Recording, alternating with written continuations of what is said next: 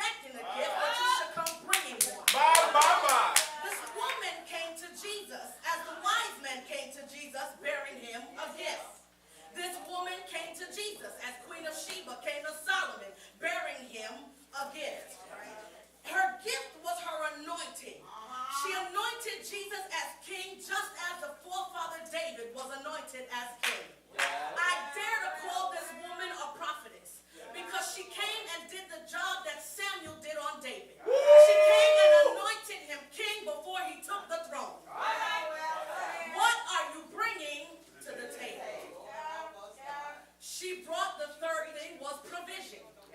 The Bible tells us that Jesus told the people, why are you tripping? This woman is preparing my body for burial. That meant she was preparing him for destiny. She might not even have understood what she was doing when she anointed his body. But if you read further in Mark chapter 16, after he died and they took him off the cross, it was the Sabbath day, so the woman couldn't come back out. But they wanted to come back out and anoint Jesus when he died.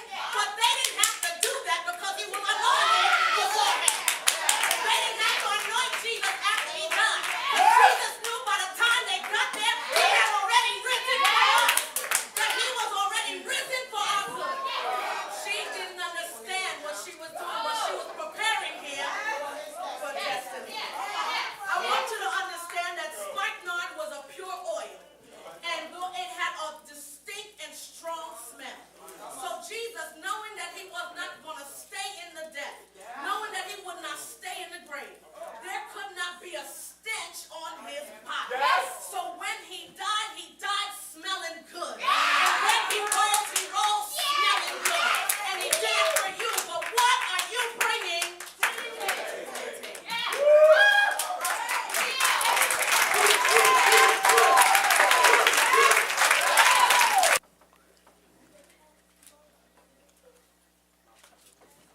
We have it. Very early in the morning, the chief priests with the elders, the teachers of the law, and the whole Sanhedrin made their plans. So they bound Jesus, led him away, and handed him over to Pilate. Are you the king of the Jews? Asked Pilate. You have said so, Jesus replied. The chief priests accused him of many things. So again, Pilate asked him, aren't you going to answer? See how many things they are accusing you of? But Jesus still made no reply, and Pilate was amazed. Now, it was the custom of the festival to release a prisoner whom the people requested. A man named Barabbas was in prison with the insurrectionists who had committed murder in the uprising. The crowd came up and asked Pilate to do for them what he usually did. Do you want me to release to you the king of the Jews? Asked Pilate, knowing it was out of self-interest that the chief priest had handed Jesus over to him. But the chief priest stirred up the crowd to have Pilate release Barabbas instead.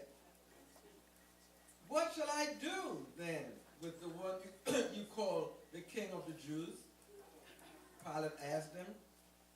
Crucify him, they shouted. Why? What crime has he committed? Asked Pilate. But they shouted all the louder, crucify him.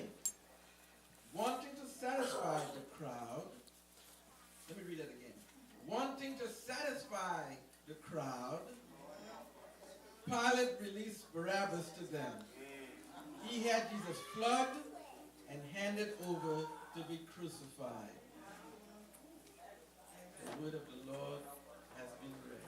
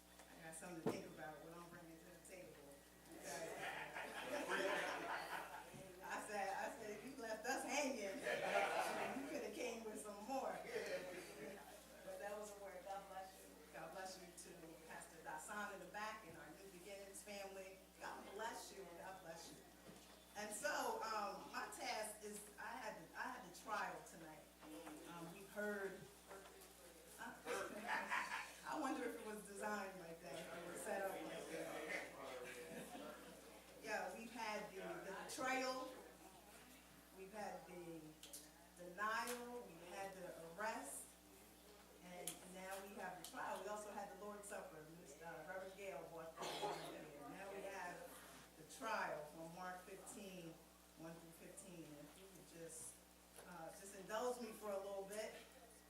I do have the trial. I work for a criminal defense attorney. And so when I got this one, I started thinking, you know, this chapter and this season, and it's so familiar to everybody. I wanted to kind of come a different way with it. Amen. And so what I'm going to try and do is come from the perspective of an appellate defense attorney. Yes. With Jesus Christ being my father. Ah. And so we know that he was hung and he was crucified. We know that they tried him and ultimately he was convicted. And so I'm coming from a standpoint of if I had to do an appeal My. that trial, how would it be? What would we say? And ultimately, would the judge find him guilty or not guilty based on my arguments? So if you would pray with me. Our Father and our God, we thank you for this day. We thank you, Lord, for the blessings that you have given us on this day. We pray, God, that you would be with us right now. And God, that you would let the words of my mouth and the meditations of my heart be acceptable in your sight. For God, you are my strength and you are my redeemer. And it's in Jesus' name we pray. Amen. All rise. I like that. All rise.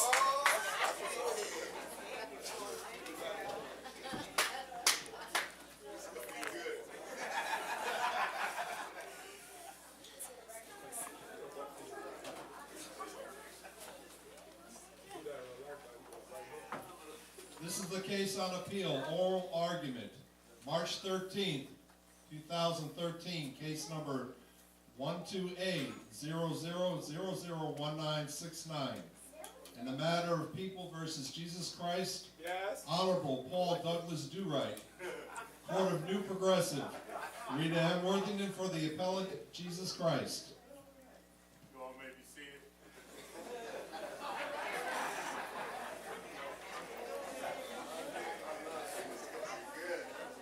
You got my name wrong.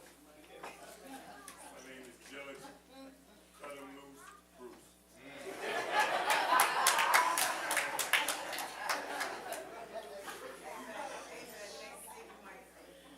Amen. Rita M. Worthington for the appellant, Jesus the Christ. And if I were to put a sermon title on this, the only thing I would say is my client. Just keep that in your thoughts. My client. The appeal of Jesus the Christ. The following charges were lodged against my client. They said he subverted or challenged their nation. He opposes